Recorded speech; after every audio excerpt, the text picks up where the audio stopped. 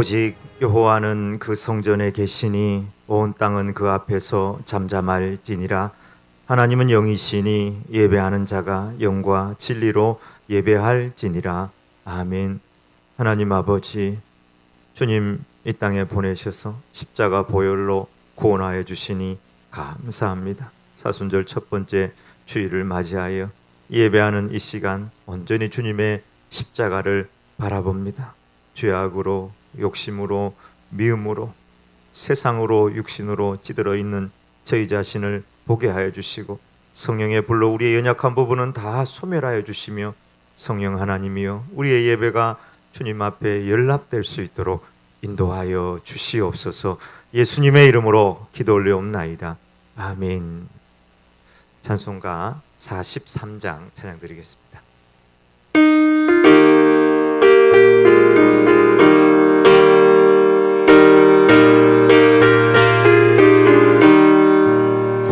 즐겁게 안식할 날, 반갑고 좋은 날, 내 마음을 평대하니 즐겁고 기쁜 날, 이날의 초라한 비 다 보좌 앞에서 참되신 삼위일체 다 찬송 부르네. 이날의 하늘에서 새 양식 내리네. 성회로 모이라고 종소리 울리네. 복음의 밝은 빛을 온 세상 비치며, 또 영생 물이 흘러 시원케 하시네. 이 주일 지킴으로 새 은혜 입어서 영원히 쉬는 곳에 다 올라갑시다. 성부께 찬미하고 성자와 또 성령 참되신 삼위일체 다 찬송 부르세. 아멘. 이정식 장로님께서 기도하시겠습니다.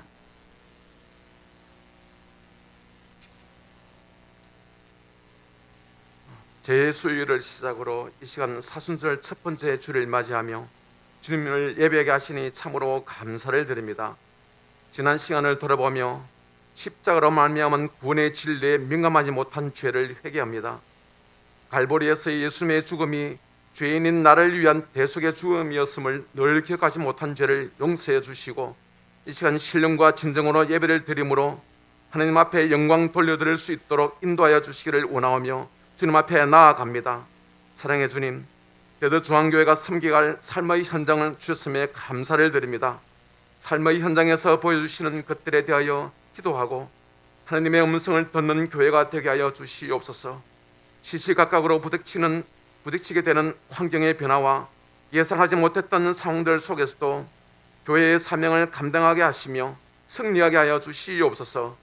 하나님 아버지, 코로나로 어렵고 힘든 상황 속에서도 진정 도우시는 주님을 신뢰하며 나아갈 수 있게 하셔서 주님의 향한 소망을 놓지 않도록 인도하여 주시고, 하나님께 더욱더 나아가 기도하게 해주시고 불안과 공포의 마음을 잘 붙잡아 주시옵소서. 백신이 원활하게 공급되며 치료제도 하루 빨리 개발되길 원하오니 주님께서 도와주시옵소서.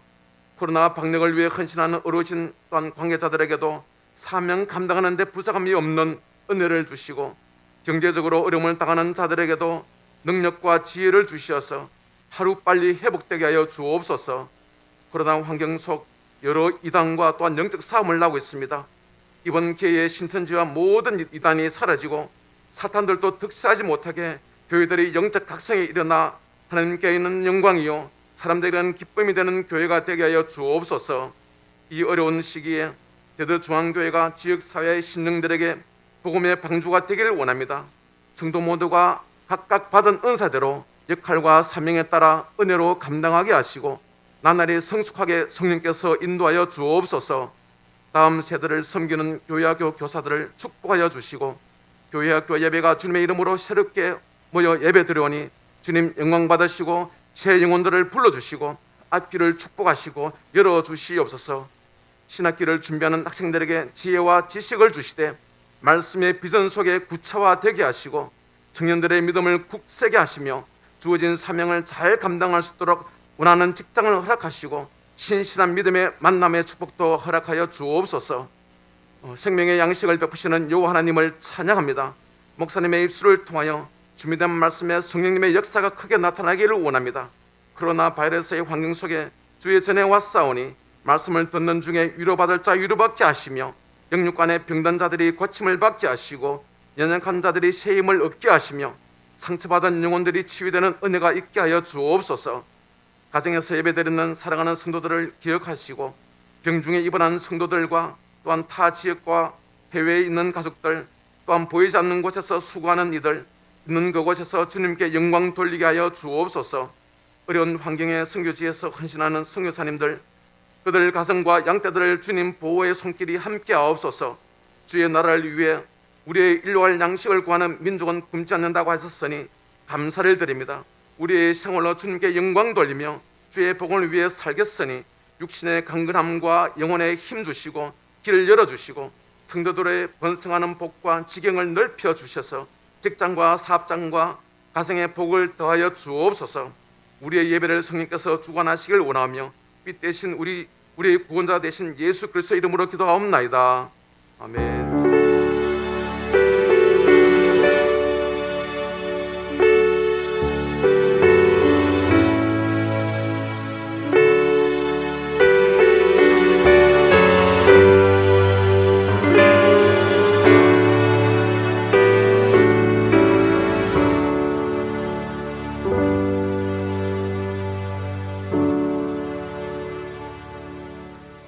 이 시간 우리에게 주시는 하나님의 말씀은 사무엘하 19장 1절부터 15절까지의 말씀입니다. 주여 감사합니다. 495면입니다.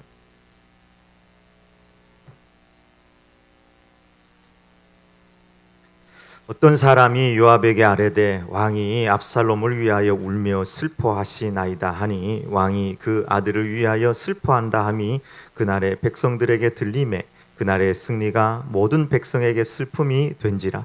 그날의 백성들이 싸움에 쫓겨 부끄러워 도망함같이 가만히 성읍으로 들어가니라. 왕이 그의 얼굴을 가리고 큰 소리로 부르되 내 아들 압살롬아 압살롬아 내 아들 하니 요압이 집에 들어가서 왕께 말씀드리되 왕께서 오늘 왕의 생명과 왕의 자녀의 생명과 처첩과 비빈들의 생명을 구원한 모든 부하들의 얼굴을 부끄럽게 하시니 이는 왕께서 미워하시는 자는 사랑하시며 사랑하는 자는 미워하시고 오늘 지휘관들과 부하들을 멸시하심을 나타내심이라.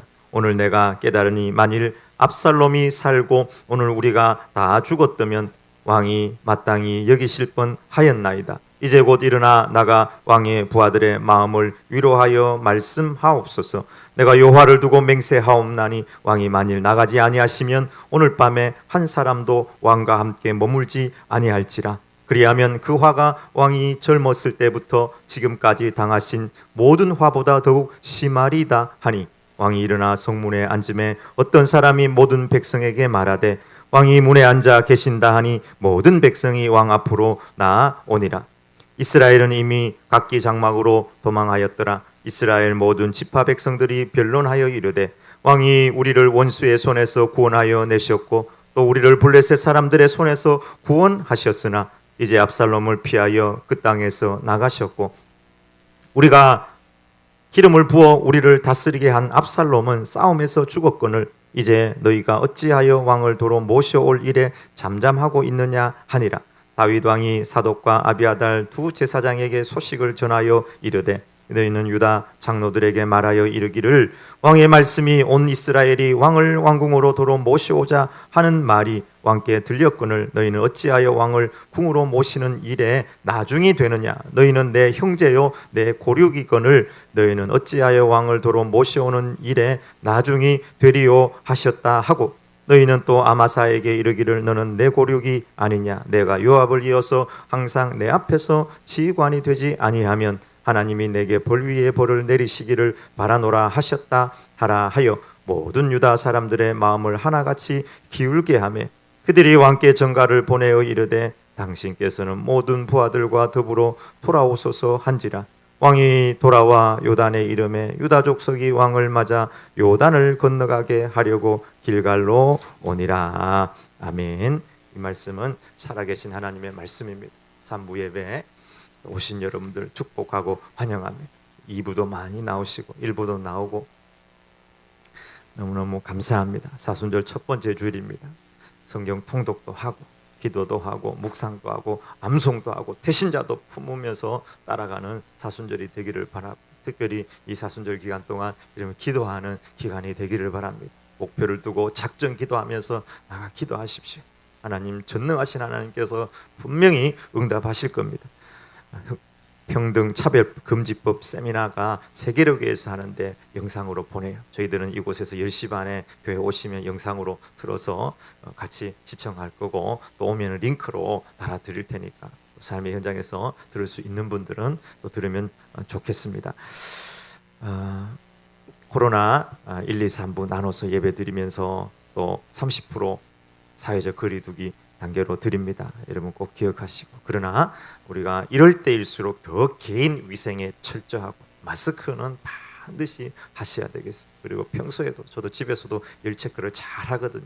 수시로 열 체크를 하면서 열받지 마시기 바랍니다. 열받으면 큰일 나요. 열 체크를 잘 하고 그다음에 300독 운동회 199독째 정경숙 집사님께서 통독해 주셨습니다. 우리 이름도 여기 다 올라가기를 축복합니다. 할렐루야. 혹독한 겨울 지나가고 있습니다. 겨울하고 봄하고 싸우면 누가 이길까요? 엎치락 뒤치락 엎치락 뒤치락 하지만 결국에는 봄승입니다. 오늘 낮 기온이 20도까지 20도 가까이 올라간다고 그래요. 우리의 마음에도 우리의 가정에도 이 민족 가운데도 하나님께서 주시는 봄. 작년 봄에는 2월 3월에는 이런 이야기 하기가 좀 힘들었어요. 계속 코로나가 이제 이렇게 나타나는 시기니까 하나님께서 주시는 진정한 회복의 봄이 우리 가운데 임하기를 주님의 이름으로 축원합니다. 오늘은 압살롬 죽고 난 다음에 다윗의 슬픔을 대하는 요압 자세 또 왕의 귀환에 대한 말씀이 기록되어 있습니다. 압살롬의 죽음의 소식을 듣고 다윗이 엉엉 울어요. 내 아들 압살롬아, 내 아들아, 내 아들아, 내 아들 압살롬아, 내가 너를 대신하여 죽었더라면 내 아들아, 내 아들. 부모의 슬픔 중에 가장 큰 슬픔은 자녀가 죽는 것이 비참하게 고통 가운데 죽었어요. 다윗 안에 이런 슬픔이 있었습니다. 승리한 백성들이 돌아보니까 2층에서 다윗의 막 울음소리가 들리고 이 소식이 백성들한테 들리니까 잔칫날이 초상집이 되어버렸습니다. 슬금슬금 눈치 보면서 가만히 조용히 집으로 돌아가고 성으로 귀환을 했습니다. 이 상황을 보고 군장이었던 요압이 다윗 앞으로 나가서 직언을 하게 됩니다. 왕이여, 왕을 위하여 왕의 가족과 처첩과 또 이 나라와 민족을 위하여 자기 목숨을 버려서 싸우고 승리한 이 사람들의 얼굴을 왕이 부끄럽게 하고 있습니다. 우리가 차라리 죽고 압살롬이 살고 저 군대가 승리했으면 차라리 왕이 좋을 뻔했습니다. 어서 일어나서 나가서 왕을 위해 충성한 저 백성들을 치하하고 위로해 주십시오. 만약에 이 일을 하지 않는다면 내가 여호와의 사심을 두고 맹세하노니 왕은 왕 주변에 오늘 밤에 남아있을 사람이 아무도 없을 것입니다. 그리고 전무후무한 정말 이런 위기를 왕은 맞이하게 될 수도 있습니다. 그러니까 다윗이 눈물을 닦고 정신을 차리고 그 성문의 자리로 나아가서 앉으니까 모든 백성이 그 앞으로 나왔다. 그리고 다윗이 정신을 차리고 이제 예루살렘으로 귀환하자. 오늘 8절 이제 후반전에 보면 이스라엘은 이미 각기 장막으로 도망하였더라. 여기 이스라엘은 다윗을 향해서 이렇게 반란을 일으켰던 사람들을 의미해요. 그래서 특별히 북쪽 사람들을 의미하는데 이 사람들이 돌아가서 북쪽의 열지파, 주로 열지파예요. 북쪽에 있는 열지파 사람들이 하는 말이 압살롬은 죽었고 원래 다윗은 우리를 블레셋에서 구원하여 준 구원자, 영웅이 아닌가. 다시 그 다윗을 우리가 먼저 모시고 왕으로 추대를 하자. 우리가 먼저 하자. 이 이야기를 막 하고 여론이 막 조성이 됐어요. 그리고 이 여론이 조성이 된다는 이야기를 다윗이 듣자 사독과 아비아달 예루살렘에 있는 사람에게 기별을 하는 거예요. 이 다윗의 원래 이제 정치적 기반은 예루살렘과 헤브론이에요. 헤브론에서 왕이 되고 예루살렘으로 올라와서 왕이 되어서 전 나라에 인정받는, 전 이스라엘에 인정받는 왕이 되었는데 북쪽에 있는 사람이 먼저 왕을 세우려 한다. 너희들은 내 골육과 형제와 일가 친척인데 유다에 있는 장로들이 먼저 나와서 나를 왕으로 모셔야지. 저 북쪽 사람이 먼저 하면 되겠느냐. 너희들이 나와라. 나를 왕으로 다시 재추대하고 모셔라. 괜찮다. 왜 이들에게 재추대하고 모시라고 얘기하느냐 하면요, 그 사람들이 반역에 가담을 했거든요. 지금 예루살렘에 있는 사람, 헤브론에 있는 사람은 반역에 가담한 사람이에요. 근데 다윗이 품어준 것입니다. 그러니까 그 사람들이 맞다 그렇게 생각하고 사람들을 이끌고 이제 길갈로 내려와서 다윗을 맞이하는데 그 가운데는 누가 있었냐면 아마사라는 사람이 있는데 이 아마사는 압살롬 군대의 군장이었습니다. 군대 장관. 근데 다윗은 조카거든요. 근데 아마사 군대장까지 품어요. 아마사한테 너희들이 소식을 전하기를 걱정하지 말아라. 비록 반란하고 힘든 일이 있었지만 너도 품겠다. 요압과 함께 그를 이어서 너도 군대의 지휘관으로 섬기게 될 것이다. 그리고 이제 마하나임 쪽에 있었던 다윗이 자기의 사람들하고 챙겨가지고 요단 쪽으로 나오고 예루살렘과 헤브론에 있던 많은 사람들이 다윗을 맞이하기 위해서 요단 이제 서쪽이죠. 이쪽은 동쪽이고 서쪽에 있는 길갈로 내려왔다 하는 본문이 15절까지의 본문입니다. 먼저 이 본문을 통해서 잃어버린 것이 무엇인가 두 가지를 묵상하고 하나님께 주시는 말씀을 받기를 원해요. 슬픔에 대해서 하나는 잃어버린 것이 무엇인가. 먼저는 다윗의 슬픔입니다. 너무 고통스러워요. 자식의 죽음만큼 고통스러운 건 없을 거예요. 근데 상당히 빨리 이 죽음 앞에 이 슬픔을 툭툭툭 털고 일어나는 것을 보게 됩니다. 왕이라도 눈물이 있고 고통이 있고 슬픔이 있습니다. 지식인이라도 권력자도 슬픔 없고 고통 없고 눈물 없는 사람은 없을 거예요. 근데 문제는 이 슬픔, 눈물이라는 것이 상당히 주관적이라는 거예요. 나는 슬픈데 저 사람은 안 슬퍼. 이게 슬픔의 한계입니다. 감정의 한계. 나는 기쁜데 저 사람은 안 기뻐.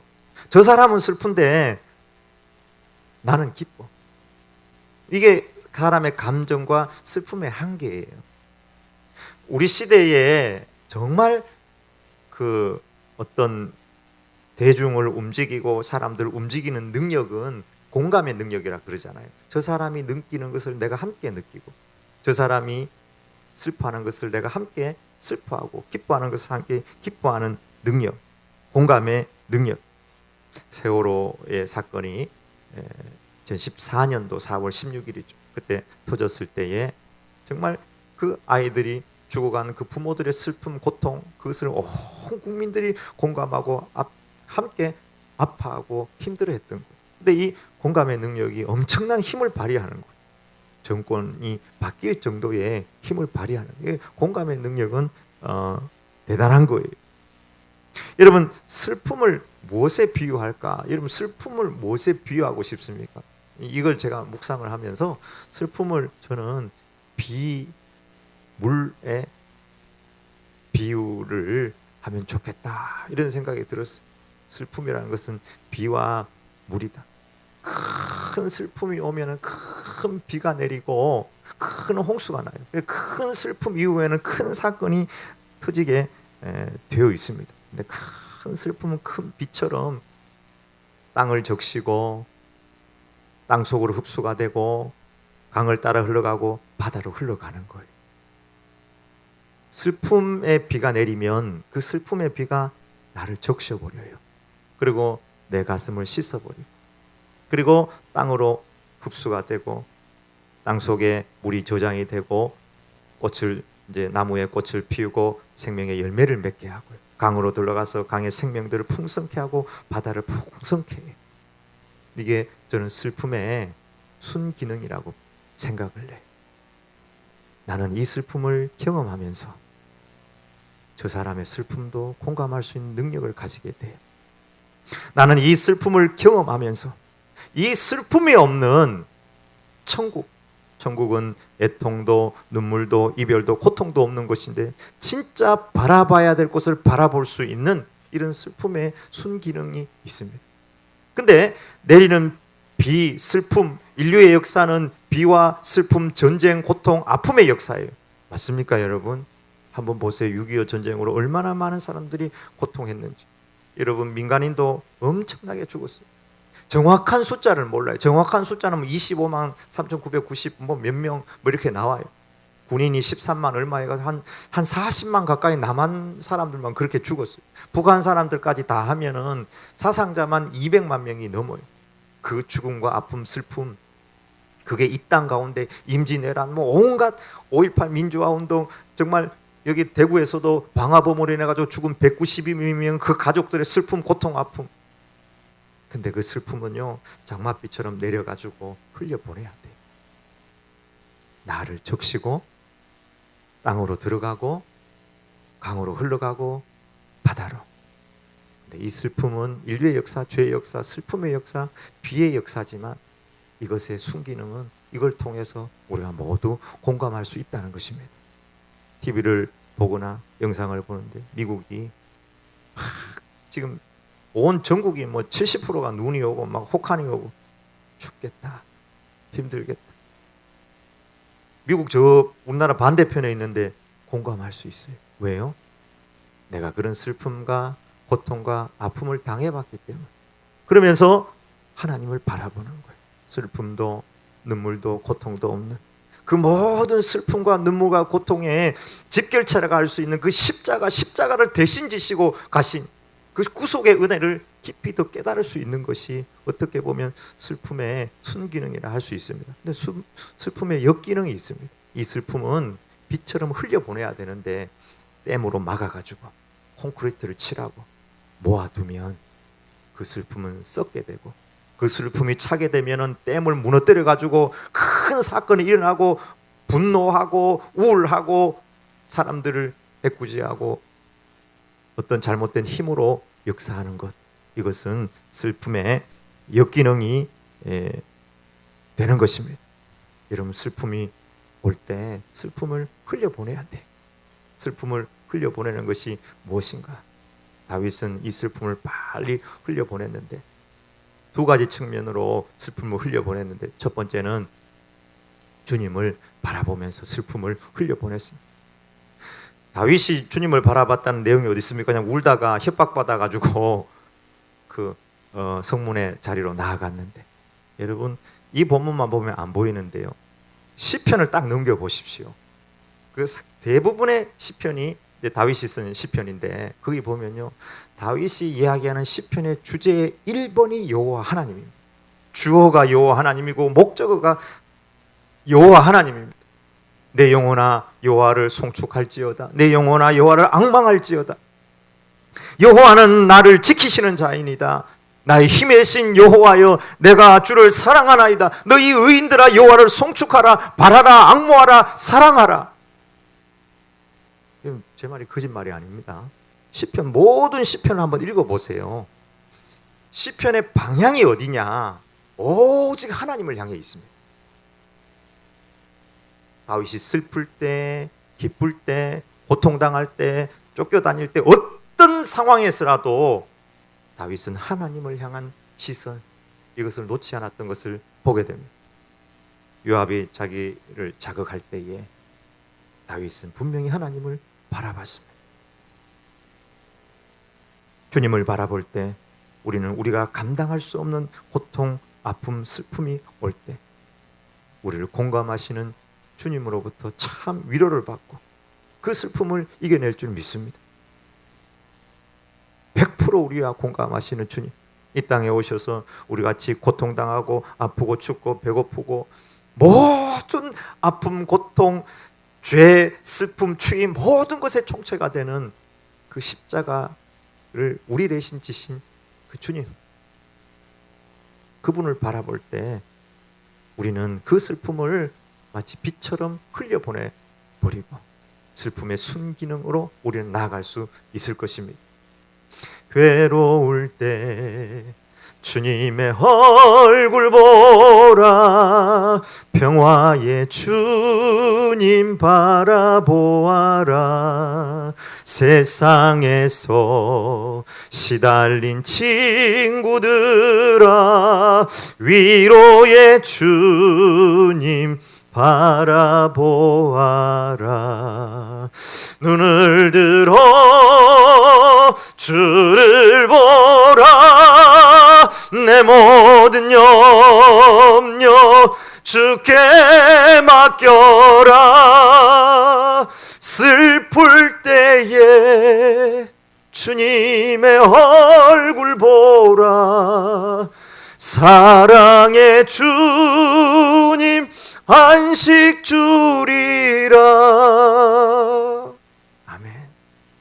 슬픔은 내가 감당할 수 없어요.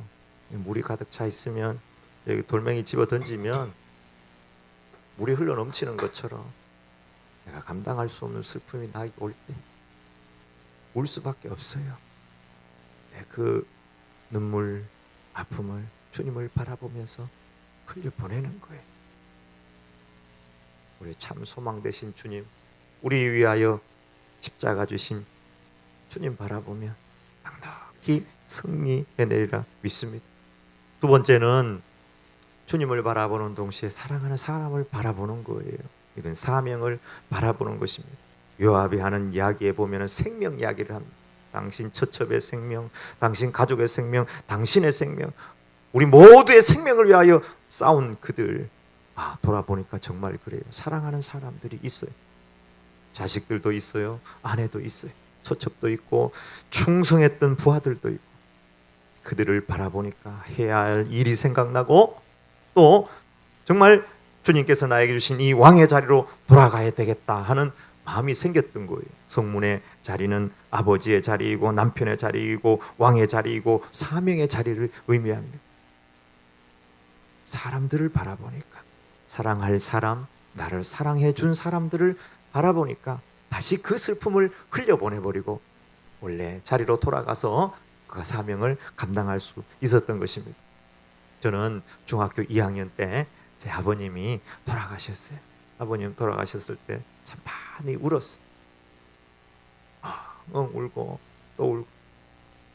집에서 했는데 발인할 때도 많이 울었어요. 동네 할머니 한 분, 술도 잘 먹고 담배도 막 피는 할머니인데 와서 막 못 나간다고 우리 아버지 관을 붙들고 또 우는 거예요. 같이 울고.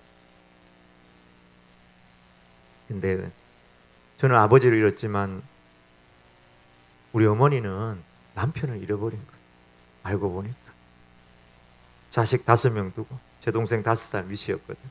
초등학생, 나 중학생, 우리 애형 고등학생, 그 위에 형 대학생 2. 등록금 들어가야 될 것만 잔뜩 있고, 우리 어머니, 우리 할머니가 또 어머니가 모셨거든요. 시어머니, 우리 시어머니, 우리 할머니는 저한테는 진짜 천사 같은 할머니였는데 며느리한테는 좀 세게 한 할머니였어요. 옛날 시어머니들은 무서웠습니다. 맞습니까, 권사님? 되게, 아니 저기 친정에도 안 보내줬다고 옛날에 막 나이 들어가지고 우리 할머니가 한 90세 늦게까지 사셨는데요. 나중에 나이 들면 막 싸우더라고.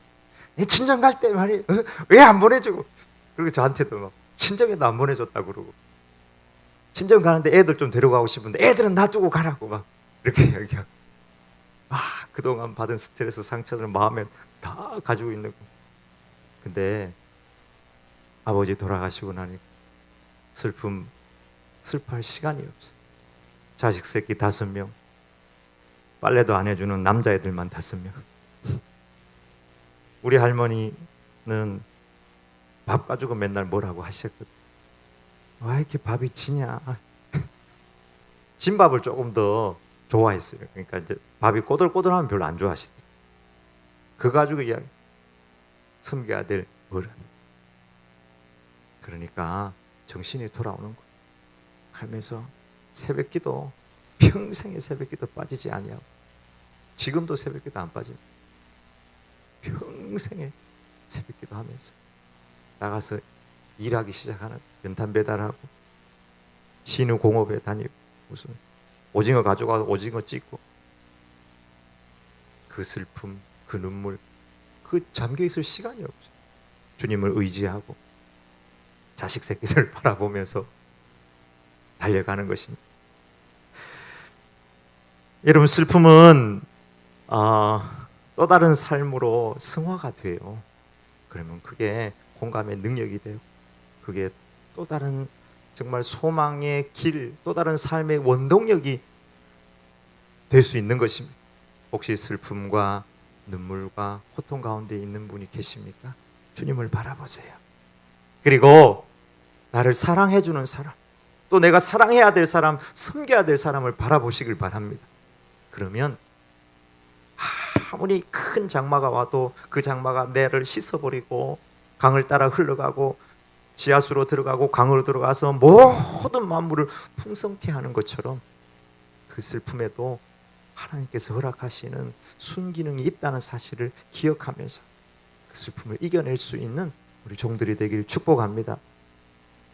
두 번째, 요압의 태도인데요. 요압은 좋은 의미로 보면 다윗을 일깨워 가지고 성문의 자리로 가게 했지만, 가게 다윗을 일깨워주는 그 자세가, 태도가 잘못됐어요. 마치 협박하는 것처럼 너무 무례하게 말을 합니다. 압살롬은 살고 우리가 죽었으면 왕이 더 좋아했겠습니다. 우리를 왜 이렇게 얼굴을 부끄럽게 하십니까? 지금이라도 나가서 왕의 이 충성된 신하들에게 위로하고 그들을 세워주지 않는다면 이 밤이 지나기 전에 내가 여호와의 사심을 두고 맹세하노니 한 사람도 왕과 함께하지 않을 것입니다. 근데 이 본문에서 제 마음속에 탁 드는 생각이, 한 사람도 왕과 함께하지 않을 것입니다. 이 말 속에 그 한 사람에 누가 포함될까요? 요압 자기가 포함되는 거예요. 나도 당신 던져버리고 내 마음대로 갈 것입니다. 어떻게 보면은 요압이 하는 얘기는 너무 맞는 이야기예요. 맞잖아요, 그죠? 다윗이 자기 자식 죽었다고 공사를 구분하지 못하고 인간적인 사랑에 빠져가지고 지금 신하들의 얼굴을 부끄럽게 한다는 말이 맞아요. 판단력이 흐려진 게 맞아요. 그리고 지금 신하들을 치하해야 되는데 치하하지 않고, 이러면 지금 뭐 반란군이 일어나고 지금 전국이 막 쿠데타로 해서 복잡한 상황인데 다른 사람 세우면 되죠. 근데 요압의 말이 맞기는 한데 그 내용이 너무 이성적이고 공의로운 말처럼 분명하게 들리기는 하는데, 제 마음은 요압이 미워요. 여러분은 이 본문을 읽을 때 어땠어요?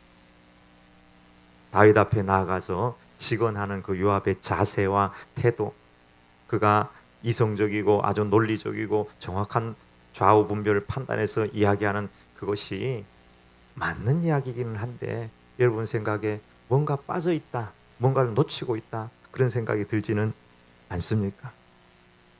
요압은 신하다움을 잃어버렸습니다.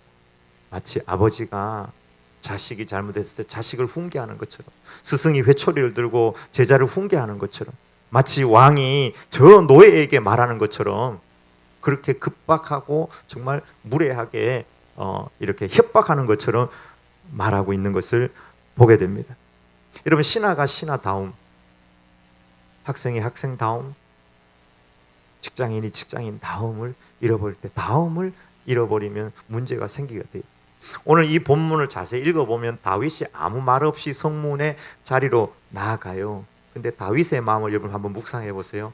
다윗은 상처받았어요. 확실히 상처받았어요. 슬픔을 전혀 공감해 주지 못하는 요압에게 상처받았어요. 여러분, 감정적인 상처를 받으면 아주 오래 갑니다. 굉장히 오래 가요. 이때는 이성적인 것이 필요해서 이야기했는지 모르지만 그 감정적인 상처는 오래 가서 나중에 이것과 함께 여러 가지 것 합해가지고 솔로몬한테 비밀 노트를 주죠. 그때 요압 살생부에 이름을 적어서 보냅니다. 요압은 나는 품었지만 솔로몬 너까지는 내가 넘겨주고 싶은 유산은 아니다. 그래서 하나님께서 솔로몬을 통해서 요압을 벌하게 됩니다. 죽습니다. 솔로몬 손에. 오늘날 대한민국을 살아가는 우리에게 여러 가지 다움이 요구가 되고 있습니다.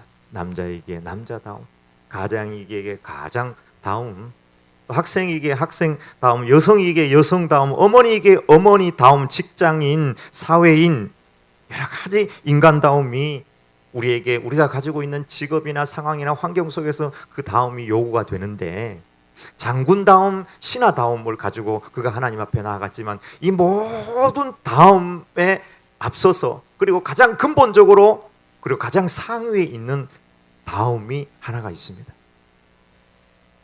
제가 학교 다닐 때는 우리 고등학교 선생님이 그것이 인간다움이라고 우리한테 얘기를 해줬습니다. 근데 저는 그 인간다움보다 그 높은 단계, 가장 근본적인 단계가 있다고 생각을 합니다. 여러분, 무엇일까요? 그것은 우리가 구원받은 하나님의 백성이기에 신자다움, 성도다움이 우리에게 헌법처럼 가장 상위법에 있고 근본법에 있다는 사실을 기억해야 합니다. 장군으로서, 정말 군대 장관으로서 다윗에게 직언해야 되는 건 맞지만 그에게 신하다움, 장군다움은 있는 것 같은데 그 신자다움, 크리스찬다움의 사랑과 배려와 용서와 공감 능력을 잃어버리고 있다는 사실을 우리는 발견하게 됩니다. 이성의 판단, 공의적인 측면, 율법적인 측면으로 보면은 요압은 너무 정확한 답으로 다윗을 설득했고 그 설득에 다윗은 나오지 않을 수 없는 상황이었지만, 율법의 잣대, 공의의 잣대로 이야기를 한다면 제가 보기에는 요압도 사형입니다. 왜 그렇습니까? 왕이 전쟁 나갈 때 내 아들 젊은 압살롬을 너그럽게 봐주십시오, 이 너그럽게 봐달라는 말 안에 상당히 해석할 여지가 있지만 너그럽게 봐달라고 명령하였다. 성경을 보십시오. 이런 명령이라고 나옵니다. 부탁이라고 안 나옵니다. 다윗이 어떤 아버지의 정으로 사랑의 관점에서 잘못된 명령을 내린 건 분명하지만 잘못된 명령이어도 명령이잖아요. 우리야 죽이도록 살생부를 줬을 때 요압이 명령에 순종하잖아요. 이것도 잘못된 명령 맞습니다. 잘못된 명령이어도 요압은 순종했어야죠. 전쟁하다가 살릴 수 없는 순간이 더 많이 올 수도 있습니다. 예를 들어서 막 화살이 압살롬의 머리에 정통으로 맞았다라든지 어떻게 살려내겠어요. 그런데 하나님께서 요압에게 보니까 압살롬을 상수리 나무에 꼭 매달아 놓는 거예요. 딱 생포하기 좋게. 이거 어떻게 보면 요압에게 있어서 하나님께서 주신 시험이 아닐까요? 그런데 요압은 그 상황에서도 공의롭고 정의로운 방법으로 이 사람은 죽여야 된다고 하면서 그를 향해 자기가 직접 창으로 그의 심장을 찔러버렸던 것입니다.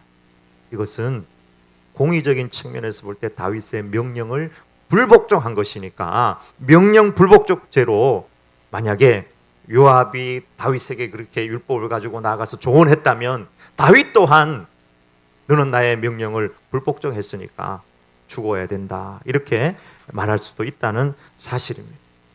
아합 때에 보면은 여러분 이세벨이 막 앞장서고 아합이 동조하고 해가지고 선지자들을 많이 죽였습니다. 많은 선지자들이 숨고 도망가고 할 때 그때 아합 왕궁의 총무 역할을 맡았던 한 사람이 있었는데 오바댜라는 사람인데 이 사람은 하나님을 경외하는 아주 경건한 사람이었습니다. 아합 왕궁의 어떤 총무의 역할을 왕국을 관리하는 그런 사람이었으니까 지금으로 보면 아주 고위 공직자다 이렇게 할 수 있습니다. 근데 국가 정책 자체는 선지자들을 여호와를 섬기는 선지자들을 죽이는 정책을 가지고 이렇게 실행하고 있을 때에 이 사람이 쉰들러 리스트처럼 오바댜 리스트를 가지고 선지자들을 살려내요. 선지자들을 50명씩 막 이렇게 불에 막 숨기고 짱 박혀 있어라 이렇게 하고요. 물과 떡과 필요한 것들을 다 공급을 해줘요. 그의 신하다움, 공직자다움 그것 밑에 나는 신자다움, 하나님을 경외하는 사람이다. 성도다움, 크리스찬다움 이것을 가지고 아주 지혜롭게 행했던 어떤 이 시대를 살아가는 다원주의 사회의 공직자로 살아가는 공직자의 표상이라 할 수 있는 분이 바로 이 오바댜라고 할 수 있습니다. 여러분 다윗은 어떻게 보면은 사랑의 상징이라고 할 수 있어요. 그 전쟁 가운데 압살롬을 좀 살려달라 이렇게 얘기해요. 아버지니까. 그리고 요압은 어떻게 보면 공의로움의 상징, 율법의 상징이라고 생각할 수도 있겠습니다. 그 공의로움 가지고 율법을 가지고 압살롬을 죽였고 다윗에게 조언을 해가지고 전쟁 승리하고 온 백성들을 치하하고 좀 나와달라. 그렇지 않으면 다 우리가 돌았을 것이다. 이런 얘기를 한 것이죠. 다윗의 사랑과 요압의 공의가 하나가 될 수 있을까? 다윗은 여러분 무엇을 잃어버렸습니까? 공의로웠지만 사랑을 가지고 있었지만 공의를 잃어버린 거예요. 왜 어떻게 해서 공의를 잃어버린 거예요? 자기 자식은 살려달라고 그러면서 전쟁 나갈 때 다른 집 자식들 나머지 사람도 다 다른 집 자식들일 거 아니에요. 누군가의 자식이고 아버지일 수도 있고 일가 친척이고 근데 자기 자식만 살려달라고 하는 이것은 어떻게 보면은 한쪽으로 치우친 공의가 없는 사랑. 요압도 보면은 너무 공의로웠지만 요압에게는 사랑이 부족해요. 근데 공의하고 사랑하고 하나가 되고 합쳐질 수 있겠습니까, 여러분? 이 문제는 사실은 오늘 본문에만 나오는 문제가 아니에요. 우리 일상의 모든 문제가 어떻게 보면 이 공의와 사랑의 문제예요. 퍼센테이지 문제지.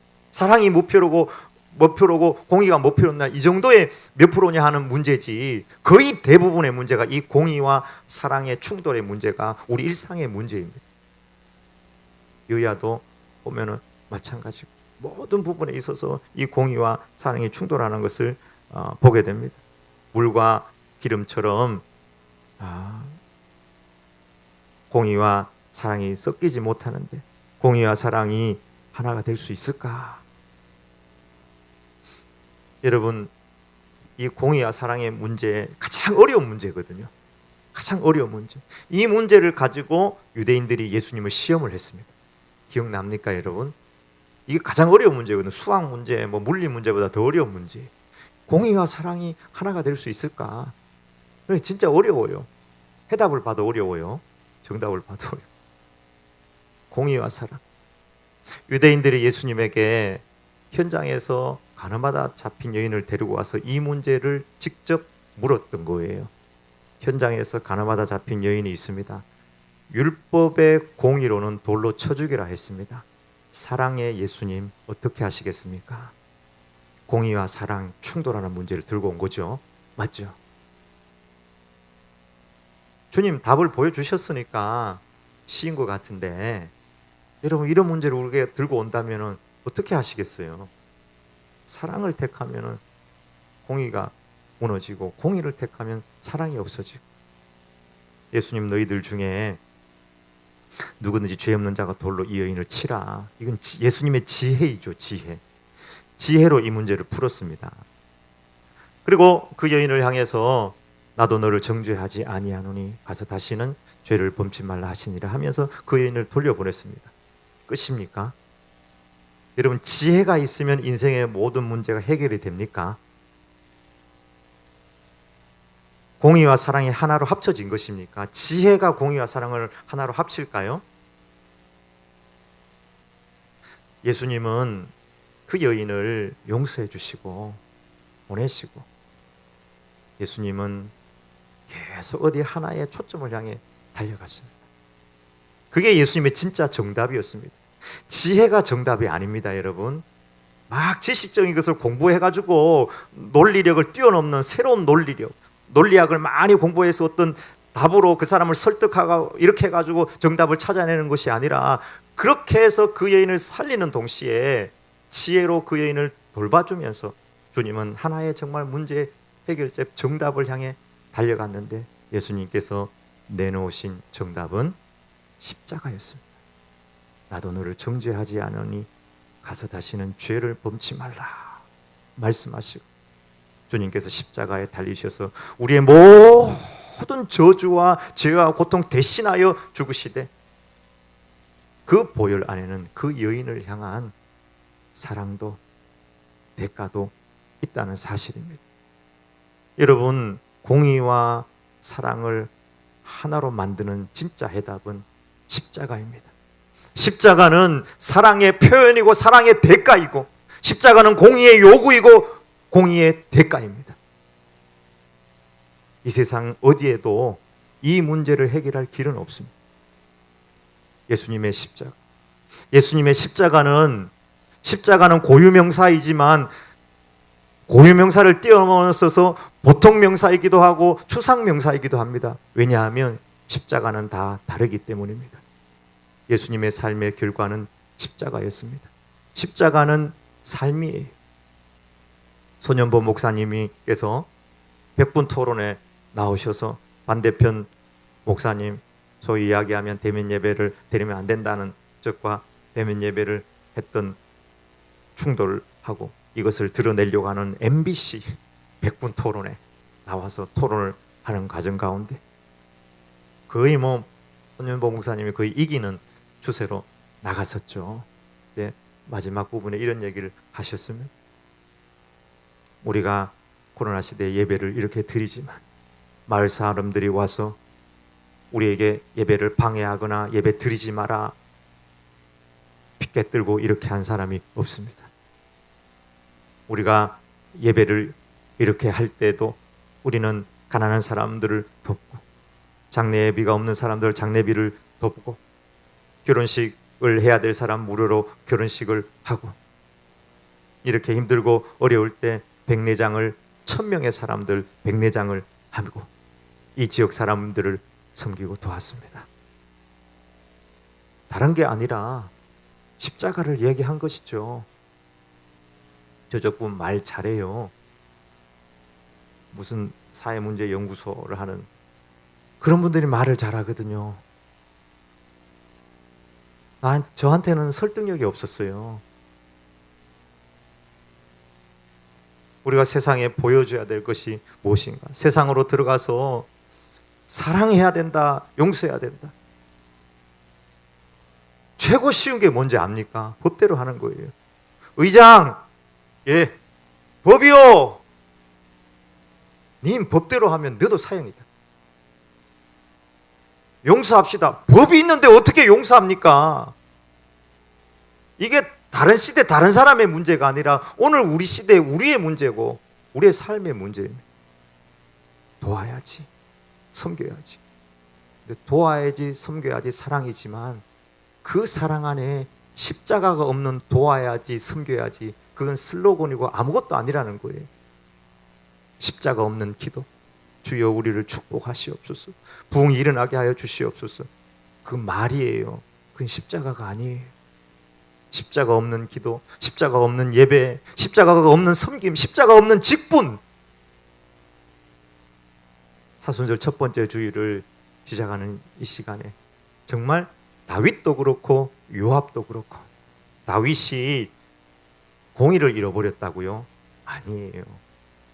요압이 사랑을 잃어버렸다고요? 아니에요. 그 두 사람이 공통적으로 잃어버린 것이 있었는데 그것은 십자가입니다. 우리는 어떻습니까? 우리도 참 좋은 말들을 많이 알고 있고 성경을 암송하기도 하고 직분을 가지고 있기도 하고 오늘 멋지게 교육받아 삶을 살아가고 있지 않습니까? 주님 우리에게 물어보세요.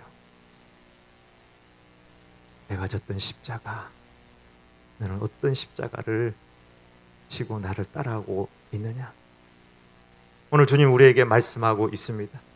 누구든지 나를 따라오려거든 자기를 부인하고 자기 십자가를 지고 나를 따라올 것이니라.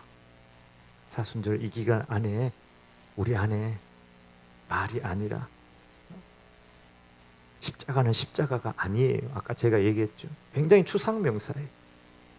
그것은 희생일 수도 있고 어떤 이에게는 침묵일 수도 있고 어떤 이에게는 억울일 수도 있고 어떤 이에게는 가난일 수도 있고 어떤 이에게는 몸의 통증일 수도 있고 어떤 이에게는 늙음일 수도 있고 주름일 수도 있고 그 십자가를 가지고 주님을 섬기고 우리 안에 그것이 온전히 세워지는 그런 이 회복의 역사들이 본질의 회복의 역사들이 우리 안에 있기를 주의 이름으로 축원합니다. 아멘. 기도하십시다. 하나님 아버지, 우리 같은 죄인 구원하신 십자가를 바라봅니다. 우리 인류의 모든 슬픔과 죄와 죽음과 아픔을 대신하여 지시고 우리를 사랑하신 주님, 우리도 이 땅 살아가면서 슬픔도 있고 스트레스도 있고 상처도 있고 아픔도 있는데 주님 바라보며 이 슬픔을 이겨내기를 원합니다. 우리에게는 사랑도 부족하고 공의도 부족하고 균형도 안 잡혀있고 어떤 때는 사랑하는 것 같고 어떤 때는 율법적이고 공의를 이루는 것 같지만 그건 다 말뿐이었습니다. 주님 마지막이 십자가였던 것처럼 저희들도 우리 삶의 발자취 이것저것을 더듬어 볼 때 주님께서 지신 그 십자가, 자기 십자가를 지고 나를 따라오란 주님의 말씀을 기억하며 이 사순절 십자가를 거울 삼아 우리 안에 주님께서 원하시는 정말 십자가의 의미들이 세워질 수 있도록 은혜 내려주시고 또한 인도하여 주시옵소서. 예수님의 이름으로 기도 올리옵나이다. 아멘. 149장 부르실 때에 예물 봉헌하시겠습니다.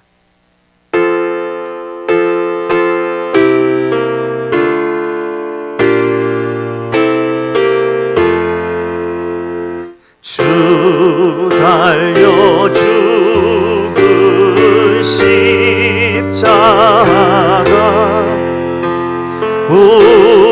우리가 생각할 때에 세상에 속한 모든 것 헛된 줄 알고 버리네. 죽으신 구주밖에는 자랑을 말게 하소서. 보혈의 공로 힘있고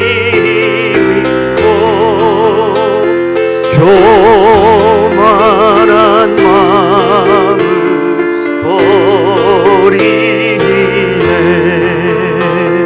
못 박힌 손만 보이 근자비 나타내셨네.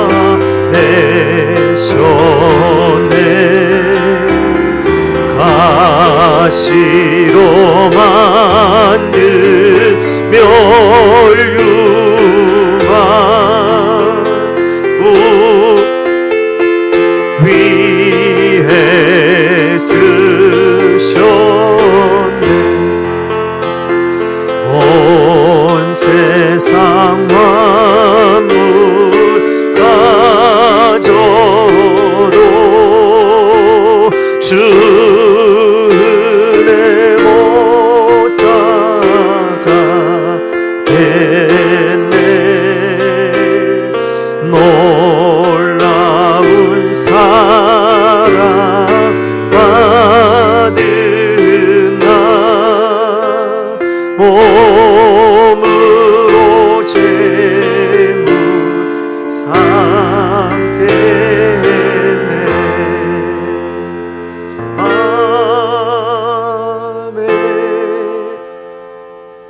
하나님 아버지, 놀라운 사랑, 십자가의 사랑을 받았음에도 믿음이 없어서 우리의 가슴이 너무 메말라서 주님, 내 몸 모든 것 드리지 못하는 저희들 너무 부족하고 연약합니다.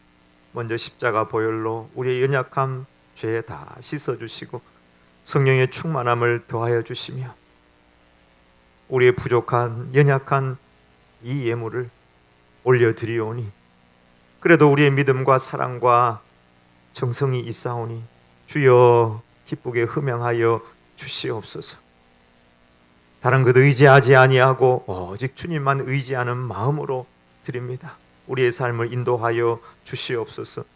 숭온종한 종들마다 신명기 28장에 기록된 대로 나가도 들어가도 복받게 하시고 떡반죽 그릇이 복받게 하여 주시고 자녀들의 앞길이 열려지게 하시고 육축소산 토지가 복받게 하여 주시옵소서. 원수가 한 길로 온다 할지라도 7길로 도망하도록 성령님께서 함께 하시고 평강과 기쁨을 더하여 주시옵소서. 하나님 아버지, 이 사순절 기간 동안 우리 안에 정말 회복되어야 될 십자가가 무엇인지 이것들을 바라보고 이 추상명사가 구체적인 나의 고유명사가 되는 삶을 살아갈 수 있도록 인도하여 주시옵소서. 예수님의 이름으로 기도 올리옵나이다. 아멘. 다 같이 일어나셔서 우리 171장 찬양 드리겠습니다.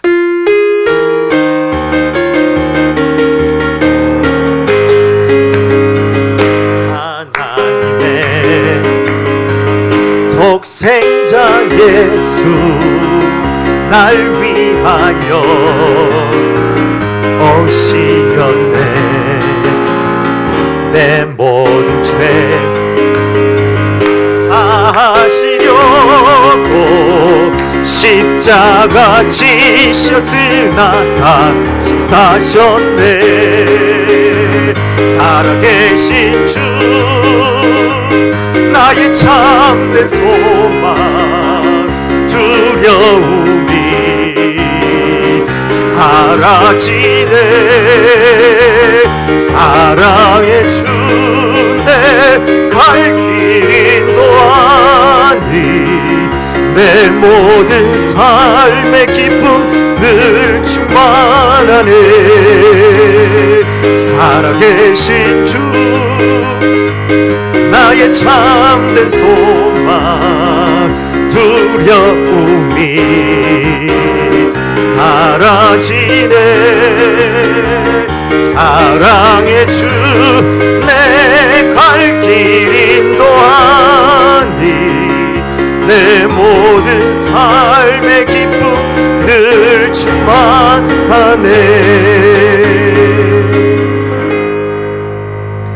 이제는 우리 주 예수 그리스도의 은혜와 하나님의 사랑과 성령님의 위로, 교통, 충만하신 역사가 우리 위하여 십자가 지시고 모든 죄를 담당하신 그 주님의 십자가의 은혜를 다시 한번 생각하며 우리 안에 구체적인 십자가를 세우며 하나님 앞에 영광 돌리는 삶을 살아가기를 원하는 우리 모든 성도들 머리마다 이제로부터 영원토록 함께 하시길 간절히 축원하옵나이다. 아멘.